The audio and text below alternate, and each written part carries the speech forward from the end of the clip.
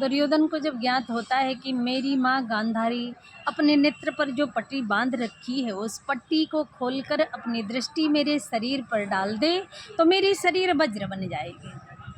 दुर्योधन पहुंच गया गांधारी के कक्ष में। माँ, अपने इस पट्टी को खोल करके अपनी दृष्टि डाल करके मेरी शरीर को वज्र बना दो। गांधारी ने कहा नहीं, मैं ऐसा नहीं कर सकती, क्योंकि ये कोई साधारण पट्टी नहीं है, ये मेरे सतीत्व का प्रतीक है।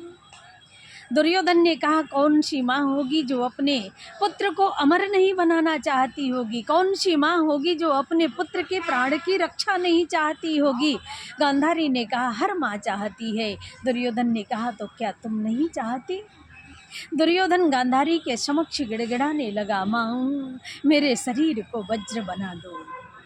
गांधारी माँ ठहरी। गांधारी ने कहा ठीक है पुत्र, कल प्रातः काल जब मैं पूजा के आसन पर बैठूं उस समय तुम निर्वस्त्र होकर के, तुम्हारे शरीर पर एक भी सूत वस्त्र नहीं होना चाहिए, मेरे कक्ष में आना, मैं अपनी दृष्टि डालकर तुम्हारे शरीर को वज्र बना दूंगी। दुर्योधन प्रातः काल निर्वस्त्र होकर के जा रहा था। मार्ग में भगवान श्री कृष्ण मिल गए। दुर्योधन, इस प्रकार से माँ के कक्ष में ही सही निर्वस्त्र होकर के जवान बेटा अगर जाता है तो संसार वाले तुम्हारे ऊपर थूकेंगे, तुम्हें गालियाँ देंगे, इसलिए अपने कमर में 4 अंगुल की लंगोटी लगा लो।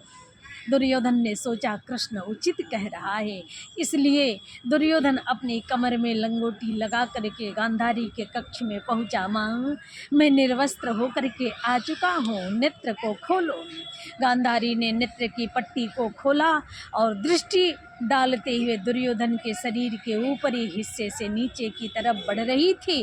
कमर में वस्त्र को देख करके गांधारी के मुख से निकल पड़ा, दुर्योधन तुमने मेरे सतीत्व को तो तोड़वा दिया, लेकिन अपने शरीर को वज्र नहीं बना सका। महाभारत के युद्ध में इसी कमर पर तुम्हें भीम की गदा लगेगी और तुम्हारा प्राणांत हो जाएगा।